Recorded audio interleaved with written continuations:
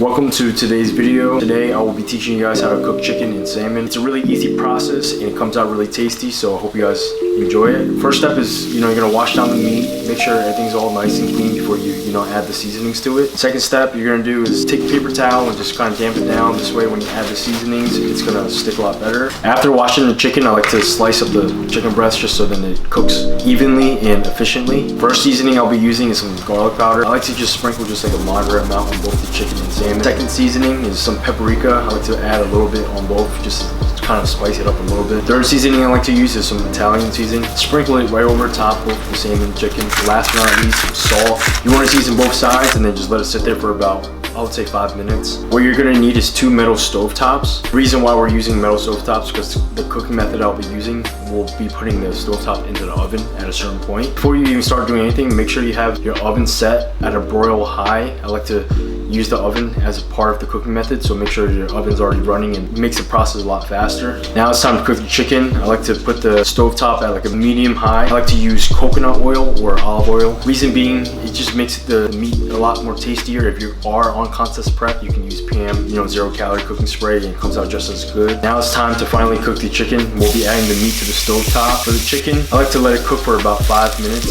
Same thing with the salmon.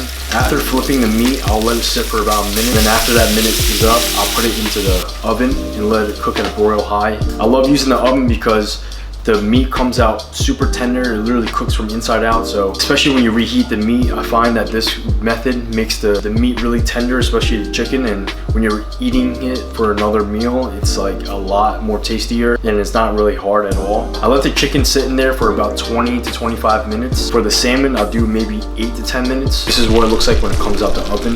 Really nice and tender. It's a pretty easy process. So hope you guys enjoyed this video and give it a try. Give me a thumbs up. If you guys like these cooking tutorials, let me know. I'll definitely do more of these. Hope you guys enjoy and see you guys next time.